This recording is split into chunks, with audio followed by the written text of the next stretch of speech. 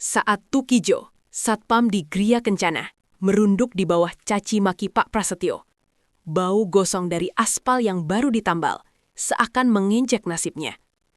Buku catatan kecilnya yang berisi detail laporan pekerjaan, dirobek begitu saja. Dianggap sampah oleh pengembang angkuh itu. Siapa sangka, di balik tumpukan lembaran itu, tersimpan rahasia besar yang siap mengungkap kebusukan. Jangan lupa subscribe, like video ini, dan bagikan di kolom komentar dari kota mana kalian menonton. Ini adalah kisah Tukijo, satpam yang martabatnya diinjak-injak, namun memegang kunci kebenaran yang lebih kuat dari uang dan kekuasaan. Udara pagi di perumahan Gria Kencana masih terasa sejuk, membawa aroma rumput yang baru dipotong. Embun masih membasahi dedaunan, memantulkan cahaya mentari tipis yang mulai naik. Di pos satpam utama, Tukijo duduk tegak di kursinya yang sedikit reyot. Seragam biru tuanya sedikit pudar di bagian siku, namun tetap rapi dan bersih. Ia menghela napas panjang, lalu meraih buku catatan kecil bersampul kain warna hijau tua dari saku bajunya.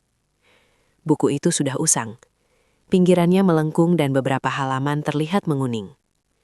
Tukijo membuka halaman kosong terbaru, jemarinya yang kapalan menekan lembut lembaran kertas. Pena ballpoint tua yang selalu terselip di saku seragamnya ditarik keluar.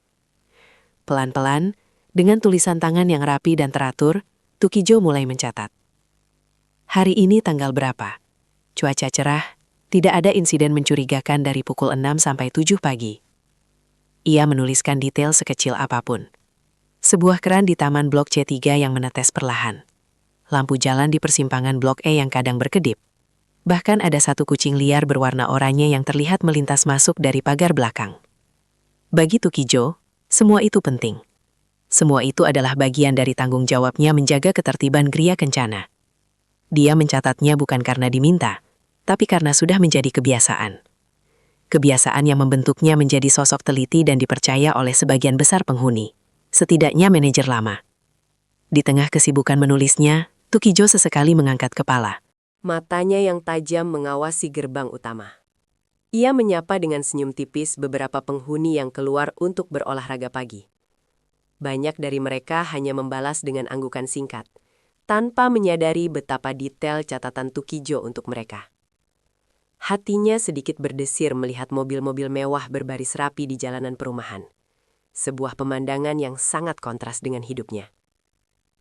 Di rumahnya yang sederhana, agak jauh dari kemewahan Gria Kencana, istri Tukijo, Marni, sudah menyiapkan sarapan. Aroma nasi goreng dan telur ceplok memenuhi ruang makan kecil mereka. Dinding rumah yang catnya mulai mengelupas, poster kalender bergambar pemandangan laut, semuanya bicara tentang perjuangan. Marni meletakkan piring di meja reot, lalu menatap foto keluarga kecil mereka di dinding. Anak mereka sudah besar, sedang merantau di kota lain demi kuliah. Beban hidup terasa semakin berat, apalagi cicilan rumah yang menumpuk. Setiap bulan, angka-angka itu terasa mencekik. Tukijo bekerja keras, selalu pulang malam, pergi subuh. Pekerjaan satpam ini adalah satu-satunya harapan mereka untuk bisa bertahan. Ini adalah satu-satunya jalan agar rumah sederhana itu tidak jadi milik bank. Semoga Bapak sehat terus ya, Nah. Bisik Marni pelan, seolah berbicara pada foto Tukijo yang tersenyum kaku di sana. Ia tahu Tukijo sangat bergantung pada pekerjaan ini. Laporan-laporan rapi suaminya itu sering diceritakan kepadanya. Manajer-manajer sebelumnya selalu memuji ketelitian Tukijo. Ketelitian yang kini menjadi alasan ia bertahan. Kembali di pos satpam, tiba-tiba suara deru mesin memecah keheningan pagi. Sebuah mobil sport berwarna merah menyala, dengan bodi aerodinamis dan knalpot ganda, melaju mulus di jalanan perumahan. Mobil itu berhenti tepat di depan pos satpam. Cahaya matahari memantul dari bodi mobilnya, membuat Tukijo sedikit menyipitkan mata. Ia tahu betul siapa pemiliknya. Ini adalah Pak Prasetyo, pengembang dan pemilik sah Gria Kencana. Pintu mobil terbuka dengan suara mendesis halus. Pak Prasetyo keluar dengan kemeja sutra yang terlihat mahal dan celana bahan yang presisi.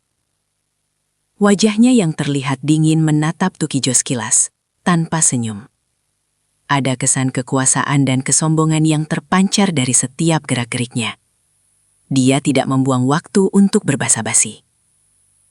"Pagi Pak Prasetyo," sapa Tukijo, sedikit membungkuk. Ini adalah bentuk rasa hormat seorang bawahan kepada atasannya.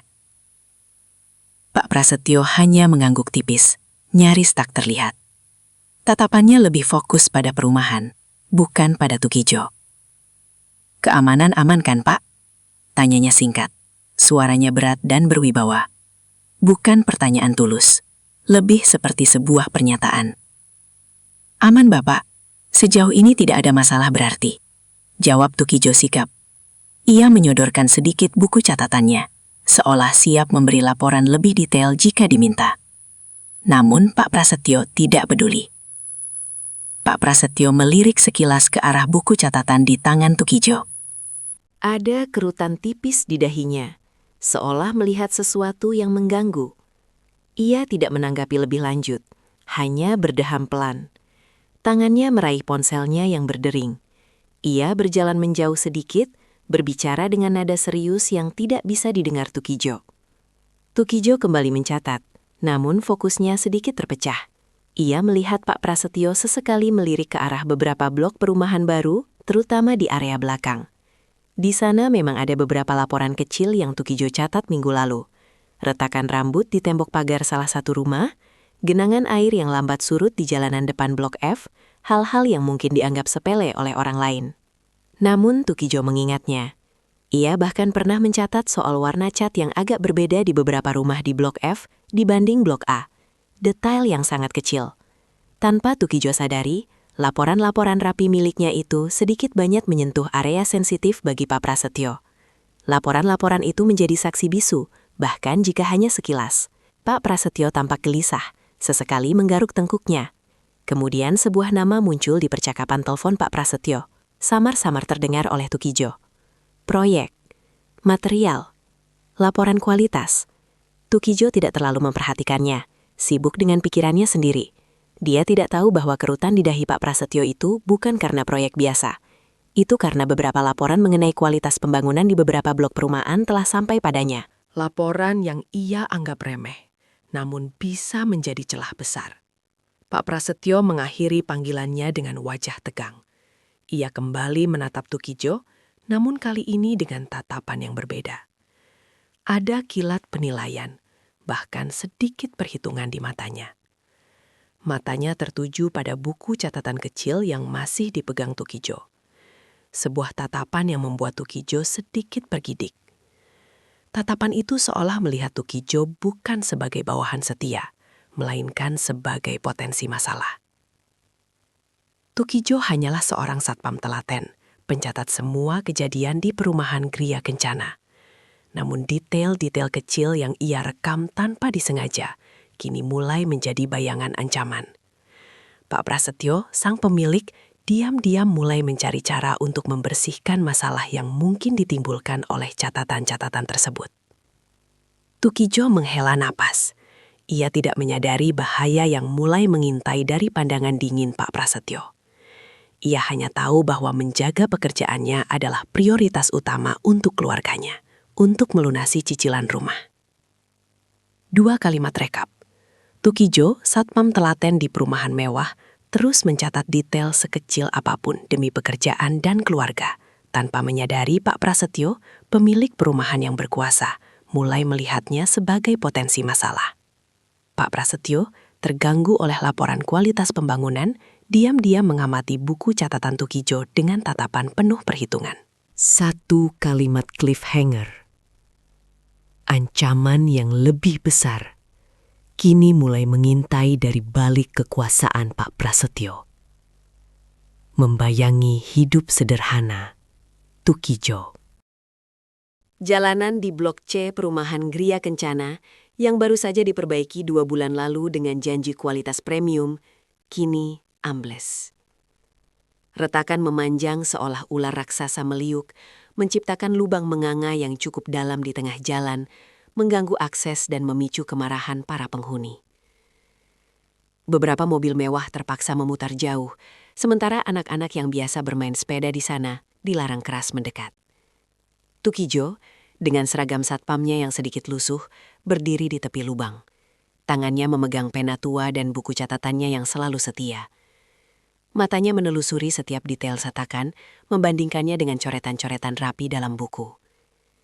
Ingatannya kembali ke laporan 2 bulan lalu, saat ia mencatat ada kejanggalan pada campuran material aspal dan pengerjaan yang terburu-buru, yang ia sampaikan pada mandor dan juga dicatat di buku ini, lengkap dengan tanggal dan lokasinya. Ini sudah saya laporkan, Pak. Dulu saya lihat sendiri, campuran aspalnya kurang bagus, pengerasnya sedikit. Saya sudah bilang ke Pak Suryo, mandornya. Gumamnya pelan pada dirinya sendiri. Jempolnya mengusap tulisan tangannya. Ia tahu, laporan-laporan itu, seperti biasanya, hanya akan menjadi angin lalu jika tidak terjadi apa-apa. Namun kini, apa-apa itu terjadi. Desas-desus cepat menyebar di antara para penghuni. Beberapa ibu-ibu berkumpul, mengomel tentang biaya iuran bulanan yang tinggi, namun fasilitas perumahan terus-menerus bermasalah. Seorang bapak berjanggut tipis, pemilik mobil sport yang sering ia parkir sembarangan, menggebrak-gebrak pagar rumahnya, melampiaskan kekesalan. Di tengah keramaian itu, sebuah mobil sport hitam mengkilap, Mercedes-AMG GT-R, meluncur pelan memasuki kawasan yang ambles.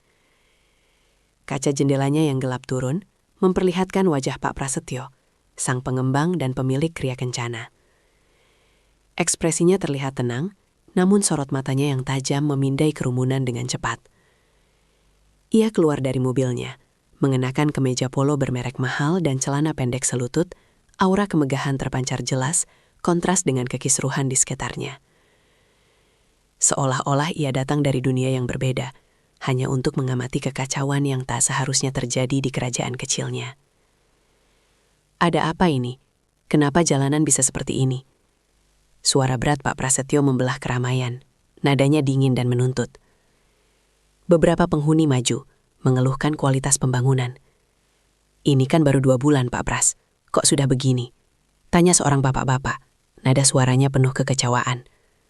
Pak Prasetyo mengangguk pelan, seolah mendengarkan dengan seksama. Namun pandangannya justru tertuju pada Tukijo yang masih berdiri di tepi lubang, buku catatan di tangannya. Senyum tipis yang syarat arti terukir di bibirnya. Kesempatan yang ia cari akhirnya datang. Tukijo, panggilnya keras.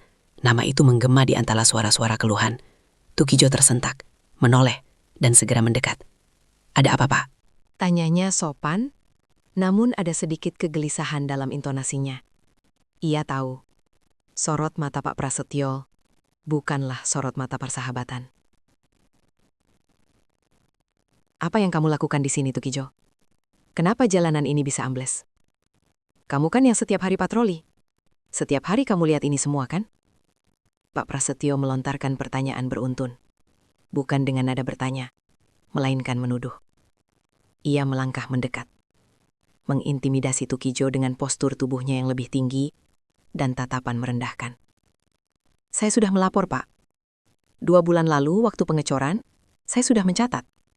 Tukijo mencoba menjelaskan, mengangkat buku catatannya. Ini adalah satu-satunya benteng pertahanannya, bukti dari integritasnya. Mencatat? Kamu kira ini zaman Baheula, Tukijo? Semua orang sekarang pakai aplikasi, CCTV. Kamu masih pakai buku lusuh begini. Pak Prasetyo menyeringai. Tawanya mengejek. Menarik perhatian seluruh penghuni yang kini mengalihkan pandangan dari lubang jalan ke arah mereka berdua. Laporan apa? Laporan sampah begitu. Kamu tahu berapa biaya perbaikan jalan ini? Ribuan orang bayar iuran bulanan demi Gria Kencana ini. Dan kamu, dengan laporan-laporan kamu yang tidak ada gunanya, membiarkan ini semua terjadi. Wajah Tukijo memucat. Matanya menatap lurus Pak Prasetyo, mencoba menyampaikan kebenaran, kejujurannya. Namun setiap kata yang keluar dari bibirnya seolah tenggelam dalam gelombang cemoohan Pak Prasetyo. Tapi Pak, saya mencatat semua. Detail materialnya, jam kerjanya. Saya sudah. Cukup. Pak Prasetyo membentak, suaranya menggelegar. Kamu itu satpam, Tukijo. bukan inspektur bangunan. Apa kapasitasmu menilai material? Kamu pikir kami membayar kamu untuk menulis-nulis hal yang tidak penting begitu? Kamu dibayar untuk menjaga keamanan, memastikan semuanya beres, bukan jadi detektif amatiran. Beberapa penghuni mulai berbisik-bisik. Ada yang merasa iba pada Tukijo. Namun banyak juga yang mulai terpengaruh omongan Pak Prasetyo. Mereka tahu Tukijo memang satpam yang telaten. Tapi di mata pengembang, dia mungkin hanya orang kecil yang sok tahu. Rina, seorang gadis muda penghuni Gria Kencana yang berprofesi sebagai jurnalis lepas dan aktivis sosial di media digital, berdiri tak jauh dari kerumunan, ponsel di tangannya. Ia sudah merekam kericuhan ini sejak Pak Prasetyo datang. Raut wajahnya menunjukkan ketidaksetujuan yang jelas. Ia melihat bagaimana mata Tukijo memancarkan kesedihan, namun tetap berusaha mempertahankan martabatnya. Perlakuan Pak Prasetyo terlalu berlebihan. Pak Prasetyo tiba-tiba melangkah lebih dekat ke Tukijo, mengulurkan tangannya. "Sini, coba saya lihat laporan sakti kamu itu," katanya. Nada suaranya berubah menjadi lebih manis, namun syarat sarkasa. Tukijo dengan ragu menyerahkan buku catatannya. Pak Prasetyo menerimanya, membolak-balik halamannya dengan jari telunjuknya, seolah sedang membaca sebuah komedi. "Oh, ini dia. Tanggal 20 Juli, pukul 10 pagi. Semen kurang, pasir terlalu banyak."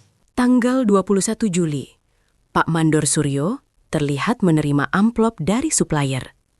Tukijo, kamu ini benar-benar tidak ada kerjaan lain ya? Atau kamu memang mau jadi whistleblower, hah? Mengorek-ngorek urusan orang lain. Pak Prasetyo mengangkat buku itu tinggi-tinggi agar semua orang bisa melihatnya. Senyumnya semakin lebar, namun matanya memancarkan amarah tersembunyi. Catatan tentang Mandor Suryo, yang kebetulan memang sering mengurus material untuk proyek-proyeknya, adalah hal yang sangat sensitif. Ini bukan hanya tentang jalan ambles, ini tentang praktik kotor yang ia tutupi. Tanpa peringatan, Pak Prasetyo merobek buku catatan kecil itu dari tengah dengan suara kertas sobek yang memilukan. Suara itu begitu nyaring, memecah keheningan yang tiba-tiba melanda kerumunan. Lembaran-lembaran kertas berhamburan ke tanah, melayang-layang seperti kupu-kupu yang terluka. Tukijo terkesiap, dadanya terasa nyeri. Itu bukan hanya kertas, itu adalah saksi bisu, jejak integritasnya, harapan kecilnya di tengah lilitan utang. "Ini bukan laporan, Tukijo. Ini sampah," seru Pak Prasetyo, melemparkan sisa buku yang sudah compang-camping ke wajah Tukijo. Pecahan kertas jatuh di seragamnya, mendarat di tanah. Ia menginjak salah satu lembaran dengan ujung sepatu kulitnya yang mengkilap, seolah menginjak harga diri Tukijo. "Kamu itu satpam. Gajimu itu kecil, Tukijo. Coba kamu lihat mobil saya ini. Kamu lihat rumah saya ini. Itu semua dari kerja keras, dari visi. Bukan dari coret-coret di buku lusuh yang tidak ada gunanya." Penghinaan itu begitu telanjang, begitu kejam. Tukijo merasakan mata para penghuni menatapnya.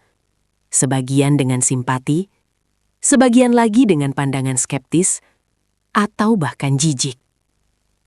Wajahnya terasa panas, namun ia memaksakan dirinya untuk tetap diam. Air matanya menggenang, tapi ia menahannya sekuat tenaga, tidak ingin memberikan kepuasan lebih kepada Pak Prasetyo. Tangannya mengepal erat. Buku catatan yang hancur itu bagai menghancurkan sebagian dari jiwanya. Ia hanya bisa menunduk. Napasnya tercekat. Rina, yang merekam kejadian itu, menggertakkan gigi. Kamera ponselnya sedikit bergetar di tangannya, bukan karena goyah, melainkan karena emosi yang meluap. Ia merasa kemarahan yang sama, seperti yang pasti dirasakan Tukijo. Harga diri seseorang dihancurkan di depan umum, hanya karena ia mencoba jujur dan teliti. Ini bukan lagi tentang jalanan ambles, ini adalah penindasan. "Dengar, Tukijo," Pak Prasetyo melanjutkan. Suaranya kini sedikit merendah namun lebih berbahaya. "Saya beri kamu kesempatan. Berubah. Kamu itu sudah tua. Cari pekerjaan lain saja yang sesuai dengan kapasitasmu. Jangan harap bisa bertahan di Gria Kencana ini. Kalau kamu terus-terusan bikin masalah dengan kebiasaan anehmu itu, saya tidak butuh mata-mata yang menyabotase pekerjaan saya. Ancaman itu terselubung. Namun maknanya jelas. Ini adalah ultimatum. Pak Prasetyo berbalik, masuk kembali ke mobil sportnya yang mewah, meninggalkan Tukijo sendirian di tengah sisa-sisa lembaran bukunya yang berserakan. Para penghuni perlahan membubarkan diri, meninggalkan Tukijo dengan rasa hancur dan dipermalukan. Hanya Rina yang masih berdiri di sana, menatapnya dengan pandangan iba bercampur marah. Tukijo tidak berani mengangkat wajah. Ia memunguti lembaran-lembaran kertas itu satu persatu, seolah memunguti kepingan hatinya yang berserakan. Tangannya gemetar. Dengan langkah gontai, Tukijo berjalan pulang. Jarak pos satpam ke rumahnya yang sederhana terasa berkilo-kilometer jauhnya. Setiap langkah bagai beban 1000 ton, mengikis semangatnya. Saat ia tiba di rumah, disambut istrinya, Sumi, yang sedang merapikan warung kecil mereka. Sumi melihat wajah suaminya yang lesu, mata merah, dan seragam yang sedikit kotor. Keranjang belanjaan yang biasa Tukijo bawa pulang pun kosong, tidak ada apa-apa. "Ada apa, Mas? Kok mukamu begitu? Lesu sekali," tanya Sumi, meletakkan lap di tangannya, matanya penuh kekhawatiran. Tukijo tidak menjawab. Ia hanya duduk di bangku kayu di teras rumah mereka, meletakkan sisa-sisa buku catatannya yang sudah tak berbentuk itu di pangkuannya. Tangannya gemetar saat menyentuh sampulnya yang koyak.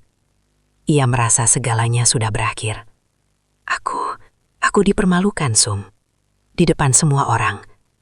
Suaranya lirih, hampir tak terdengar.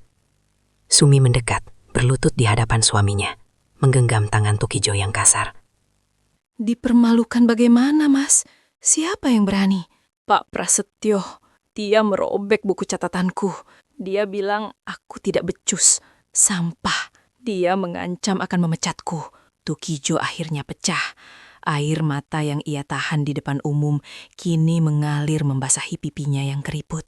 Ini bukan hanya tentang rasa malu, tapi juga ketakutan akan kehilangan pekerjaan. Kehilangan satu-satunya harapan untuk melunasi utang rumah mereka yang kini terasa semakin membebani. Impian untuk punya rumah sendiri yang dulu terasa begitu dekat, kini menjauh, menguap bersama kertas-kertas laporan yang telah hancur.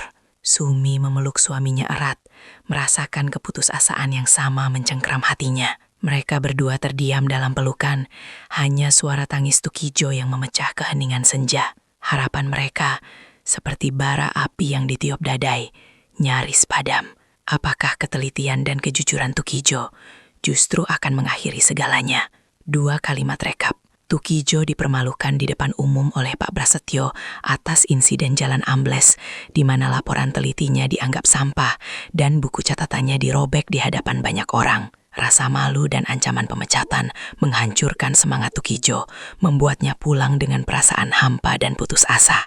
1 kalimat cliffhanger. Tak lama setelah Tukijo kembali ke rumah, sebuah amplop putih dengan logo Gria Kencana tergeletak di depan pintu. Isinya akan menjadi pukulan telak yang mengancam seluruh masa depan keluarganya. Punggung Tukijo terasa semakin berat setiap langkah yang ia ayunkan menuju pintu rumahnya yang sederhana. Seolah seluruh beban hidup dan penghinaan hari itu menekan saraf-sarafnya. Matanya yang biasanya teduh, kini memancarkan kehampaan yang dalam, menyisakan luka yang menganga di hati istrinya, Bu Siti, yang telah menunggunya dengan cemas di teras.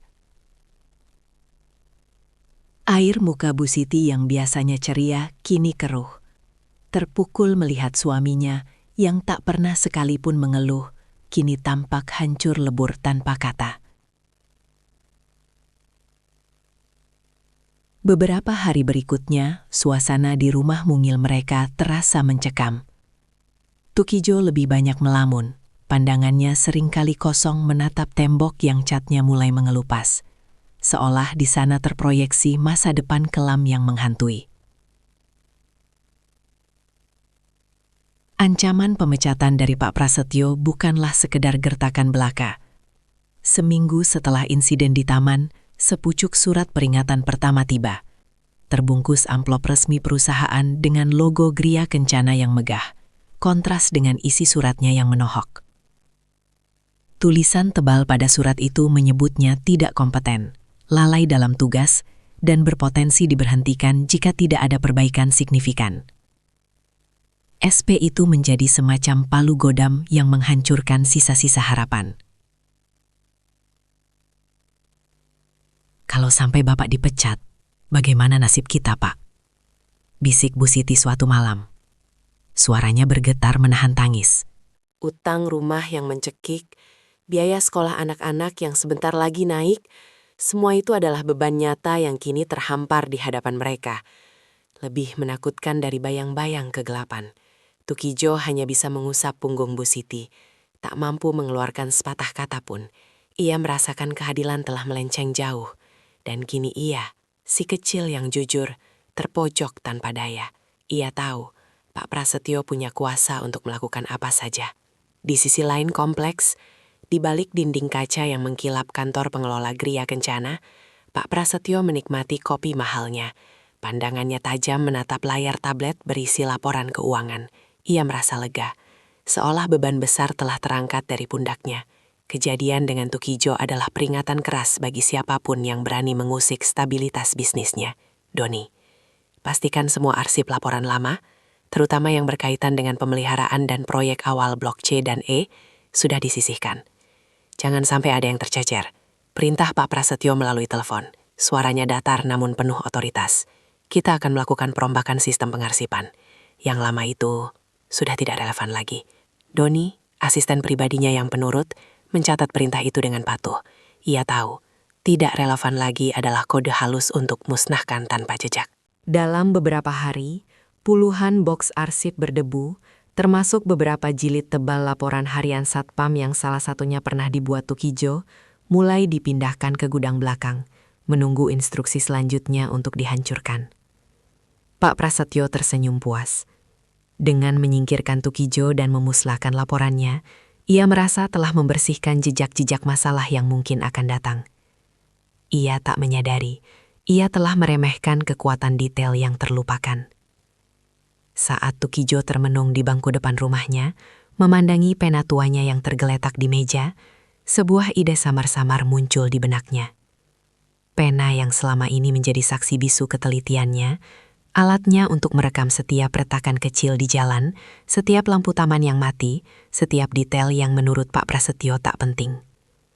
Ia ingat bagaimana dulu, sebelum teknologi merajalela, ia punya kebiasaan unik. Jika ada laporan yang sangat krusial, yang menurutnya bisa menjadi masalah besar di kemudian hari, ia selalu menyalinnya ke dalam buku cadangan. Sebuah kebiasaan lama yang ia pertahankan, bahkan saat sistem pelaporan sudah digital. Bapak ingat buku cadangan Bapak yang dulu, yang Bapak simpan di balik tumpukan kain di lemari tua itu? Suara Bu Siti memecah lamunannya. Ia sedang membereskan lemari dan tanpa sengaja menemukan bungkusan kain usang.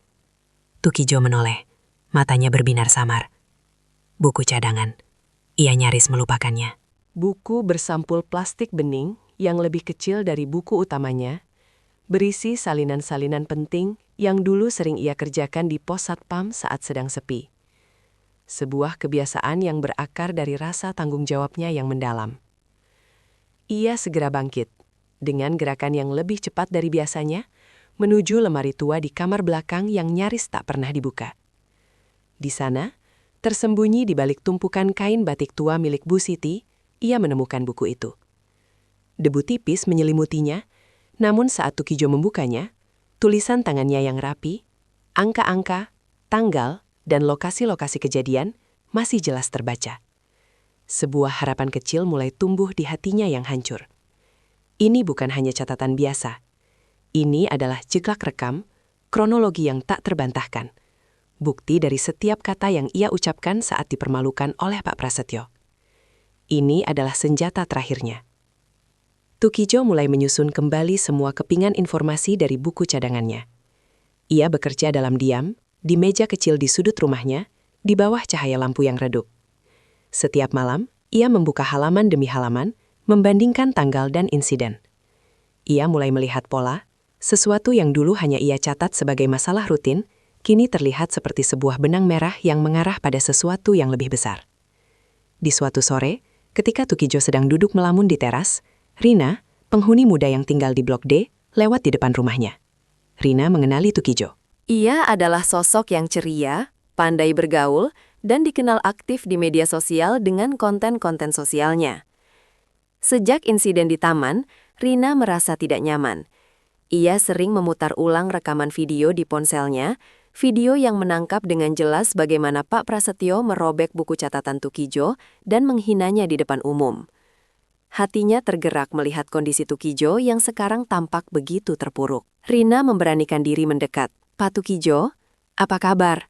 Sapanya dengan senyum ramah, mencoba mencairkan suasana. Tukijo mendongak, terkejut, namun mencoba membalas dengan senyum tipis. "Baik, Nona Rina.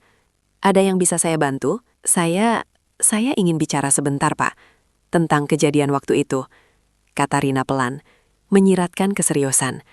"Saya kebetulan merekam semuanya, dan saya merasa itu tidak adil." Tukijo terdiam, menatap Rina dengan curiga sekaligus harapan yang samar. Ia tidak tahu siapa Rina sebenarnya. "Merekam? Untuk apa?" "Saya jurnalis lepas, Pak. Kadang juga bikin konten investigasi kecil-kecilan untuk media sosial saya. Saya lihat Bapak diperlakukan tidak pantas. Dan saya percaya Bapak tidak seperti yang dituduhkan Pak Prasetyo." Rina menunjukkan ponselnya, memperlihatkan klip video singkat insiden tersebut. "Saya ingin membantu, Pak. Mungkin kita bisa menemukan cara untuk mengembalikan martabat Bapak." Rina menjelaskan latar belakangnya. Bagaimana ia sering mengangkat isu-isu ketidakadilan di lingkungannya. Ia meyakinkan Tukijo bahwa ia punya platform, dan yang lebih penting, ia punya koneksi. Ia bisa membantu Tukijo menyusun narasi, mengolah bukti, bahkan menjangkau pihak-pihak yang mungkin bisa membantu. Butuh waktu bagi Tukijo untuk membuka diri. Trauma dan ketakutan akan pembalasan Pak Prasetyo masih membekas. Namun, kejujuran di mata Rina, serta dorongan dari Bu Siti yang juga mulai mendengar percakapan itu, membuat Tukijo akhirnya mengangguk. Saya punya ini, Nona," kata Tukijo, mengeluarkan buku cadangannya. "Semua yang pernah saya catat, dari hal kecil sampai yang besar. Mungkin ini bisa membantu." Mata Rina membelalak saat ia melihat detail dan kerapian catatan Tukijo. Ini bukan sekedar buku laporan, ini adalah diari kerja seorang penjaga yang teliti. Penuh tanggal, waktu, lokasi, dan deskripsi singkat masalah. "Ini luar biasa, Pak. Ini emas," seru Rina. Tamannya gemetar membalik halaman. Mereka mulai bekerja bersama di rumah Tukijo yang sederhana. Meja kecil itu berubah menjadi posko investigasi. Tukijo menjelaskan setiap kode dan singkatannya, sementara Rina dengan cepat menangkap inti permasalahannya. Mereka menemukan laporan berulang tentang keretakan di Blok C.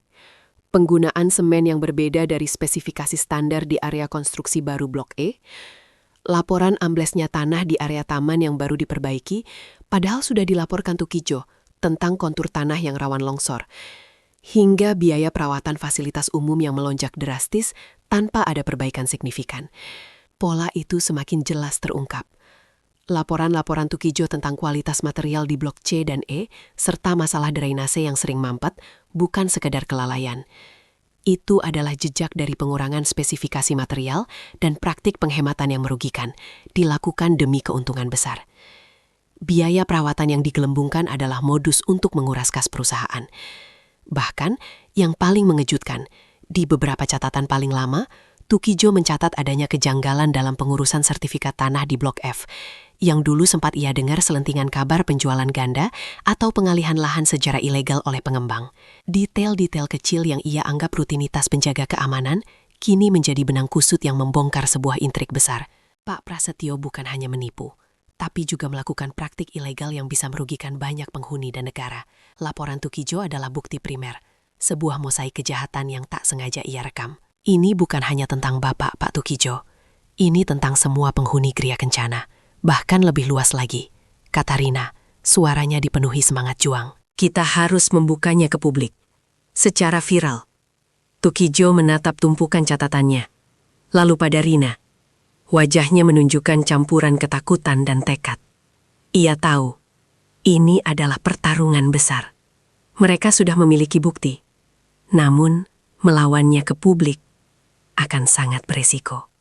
Saat Rina mulai menyiapkan draft pertama artikel investigasi digital, mengkombinasikan cerita Tukijo, rekaman videonya, dan rangkuman temuan dari buku catatan, Pak Prasetyo yang merasa dirinya sudah aman dan tak terjamah, malah sedang mengadakan pertemuan rahasia dengan beberapa investor baru. Ia memamerkan rencana pembangunan fase berikutnya di Gria Kencana, meyakinkan mereka tentang profit fantastis yang akan mereka raih. Tidak menyadari bahwa di sudut kota yang lain, sebuah bara api kebenaran telah dinyalakan, siap membakar habis semua kemegahannya. Tukijo menerima surat peringatan keras yang berujung pada ancaman pemecatan. Sementara Pak Prasetyo berupaya keras memusnahkan semua arsip lama yang bisa menjadi bumerang baginya. Dengan bantuan Rina yang melihat ketidakadilan, Tukijo mulai menyusun kembali bukti dari buku cadangan rahasianya. Perlahan mengungkap intrik besar di balik proyek Gria Kencana. Sebuah keputusan besar telah dibuat. Mereka akan melawan, membawa semua kebenaran ini ke hadapan publik. Tidak peduli apapun risikonya. Keputusan untuk membuka tabir kebenaran secara viral itu seolah memberikan energi baru bagi Tukijo dan Rina.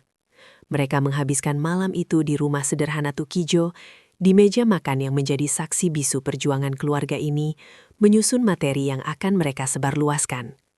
Rina, dengan insting jurnalistiknya yang tajam, memandu Tukijo untuk memilih bagian-bagian paling krusial dari buku catatannya yang penuh detil. Setiap goresan pena tua Tukijo, yang dulu hanya dianggap rutinitas, kini menjadi amunisi berharga. Ini Pak, laporan tentang retakan di Blok C. Lalu yang ini, tentang penggunaan pasir yang dicampur material lain di Blok F saat pembangunan fondasi, ucap Rina, menunjuk baris-baris tulisan Tukijo yang rapi. Dan ini, keluhan warga tentang air keruh yang Bapak catat, padahal pipa baru dipasang. Tukijo mengangguk. Sorot matanya yang biasanya teduh kini memancarkan ketegasan. Ia menceritakan kembali konteks di balik setiap catatan, detil-detil kecil yang hanya ia dan Pak Prasetyo yang tahu. Istri Tukijo, Bu Minah, sesekali menyajikan teh hangat. Hatinya campur aduk antara takut dan bangga melihat kegigihan suaminya. Rina menyatukan semua informasi itu. Video rekaman Pak Prasetyo yang merampas dan merobek buku catatan Tukijo menjadi pembuka, disusul narasi yang ia tulis dengan cermat. Ia menjelaskan bagaimana seorang satpam jujur yang hanya melakukan tugasnya dengan teliti, tanpa sengaja menemukan jejak praktik kotor pengembang. Potongan-potongan catatan Tukijo yang telah difoto dan diberi anotasi, ditempelkan sebagai bukti visual yang tak terbantahkan. Ada laporan tentang pengurangan volume beton di proyek jalan, penggantian spesifikasi keramik di rumah contoh, hingga penundaan pengurusan IMB yang ia catat karena sering menerima keluhan dari calon penghuni.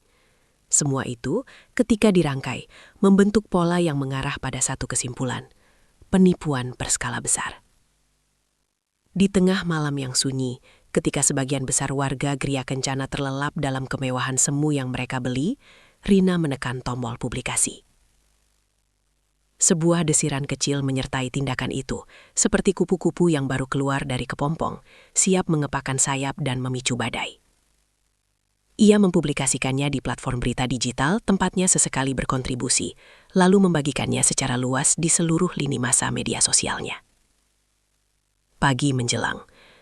Pada awalnya, responsnya lambat. Beberapa komentar simpatik, beberapa bagikan.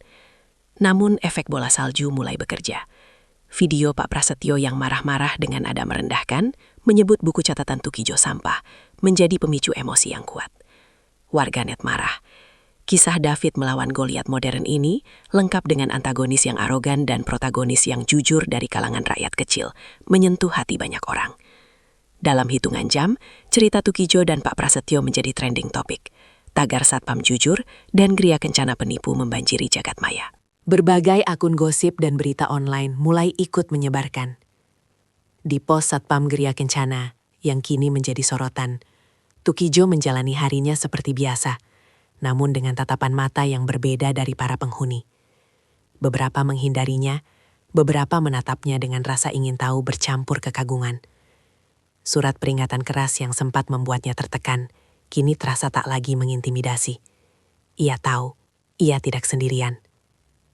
Sementara itu, Di kantor pengelola yang megah, Pak Prasetyo baru saja memulai harinya dengan secangkir kopi mahal dan senyum puas.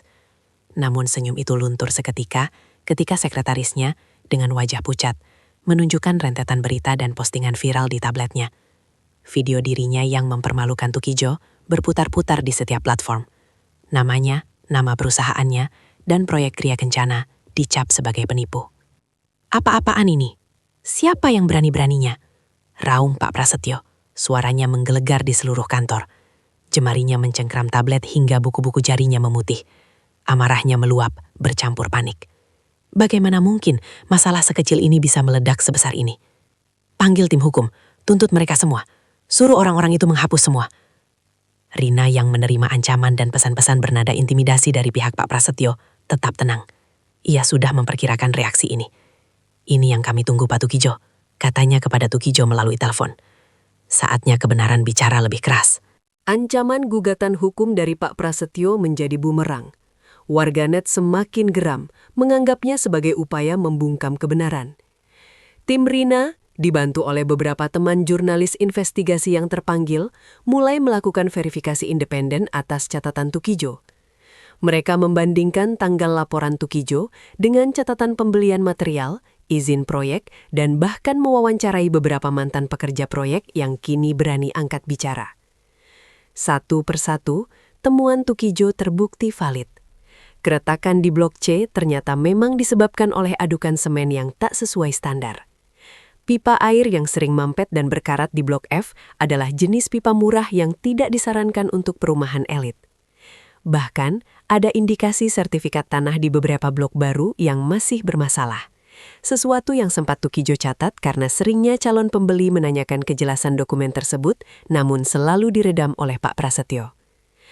Para penghuni Gria Kencana yang selama ini diam dan merasa dirugikan, mulai berani menyuarakan keluhan mereka. Ibu-ibu yang mengeluh dinding rumah mereka rembes saat hujan, bapak-bapak yang kesal karena jalanan di depan rumahnya ambles, semua beramai-ramai mengunggah bukti dan cerita mereka memperkuat posisi Tukijo. Mereka mengelilingi kantor pengelola, menuntut penjelasan dan pertanggungjawaban. Suasana di area lapangan serbaguna yang dulu menjadi saksi bisu penghinaan Tukijo, kini berubah menjadi mimbar demokrasi, tempat warga menuntut hak mereka. Tekanan publik yang luar biasa akhirnya membuat pihak berwajib tidak bisa tinggal diam. Sebuah tim investigasi dibentuk untuk menelusuri dugaan penipuan dan pelanggaran hukum lainnya terkait proyek Gria Kencana. Aset-aset Pak Prasetyo mulai diperiksa, rekeningnya dibekukan, dan ia dicekal bepergian ke luar negeri. Mobil sport mewahnya, yang dulu sering ia pamerkan di gerbang perumahan, kini terparkir diam di garasi, seolah turut merasakan kehancuran sang pemilik. Reputasi Pak Prasetyo hancur lebur. Bisnisnya kolaps. Orang yang dulu mengagumi kesuksesannya, kini memandang jijik. Di mata hukum, ia terancam hukuman berat atas berbagai pasal penipuan dan pelanggaran standar konstruksi. Tukijo, di sisi lain, mendapat simpati dan dukungan yang tak terhingga. Meskipun ia memilih untuk tidak kembali bekerja sebagai satpam di Gria Kencana, sebuah perusahaan pengembang besar yang menjunjung tinggi integritas, mendengar ceritanya, menawari Tukijo posisi sebagai supervisor di Departemen Pengawasan Kualitas. Sebuah posisi yang tidak hanya menjamin gaji dan fasilitas jauh lebih baik, tetapi juga memberinya ruang untuk menerapkan ketelitian dan kejujurannya pada skala yang lebih besar. Dengan kompensasi yang layak dari perusahaan Pak Prasetyo dan gaji barunya, utang rumah Tukijo lunas. Ia akhirnya bisa tidur nyenyak, tanpa beban pikiran yang selama ini menghimpitnya. Senyum lega tak henti-hentinya menghiasi wajahnya. Senyum yang sama saat ia memegang buku catatan kecilnya yang usang itu. Buku itu kini bukan lagi sekedar buku kerja, melainkan simbol kuat kemenangan kebenaran dan martabat. Rina dan Tukijo menerima penghargaan dari berbagai lembaga masyarakat yang peduli terhadap keadilan. Kisah Tukijo menjadi viral di seluruh negeri, menginspirasi banyak orang untuk tidak meremehkan kekuatan detail kecil, dan untuk berani melawan ketidakadilan. Dia tahu, perjalanan kebenaran memang panjang, namun ia telah membuka babak baru, bukan hanya untuk dirinya, tetapi bagi siapa saja yang percaya pada kekuatan integritas dan kejujuran. Sebuah babak yang ia sambut dengan senyum lega, namun penuh kesiapan. Rina dan Tukijo memutuskan untuk membuka kebenaran ke publik. mempublikasikan video penghinaan Pak Prasetyo dan bukti dari buku catatan Tukijo yang dengan cepat menjadi viral. Memicu kemarahan publik dan menarik perhatian media. Pak Prasetyo panik, mencoba membantah dan mengancam. Namun bukti kuat dari catatan Tukijo yang diverifikasi, dan dukungan penghuni Gria Kencana membuat posisinya terpojok. Pihak berwajib akhirnya menginvestigasi Pak Prasetyo, menghancurkan reputasi dan bisnisnya. Sementara Tukijo mendapat kompensasi, martabatnya pulih, utang rumahnya lunas, dan ia ditawari posisi baru yang lebih baik. Dia tahu, perjalanan kebenaran memang panjang. Namun ia telah membuka babak baru, bukan hanya untuk dirinya, tetapi bagi siapa saja yang percaya pada kekuatan integritas dan kejujuran. Sebuah babak yang ia sambut dengan senyum lega, namun penuh kesiapan.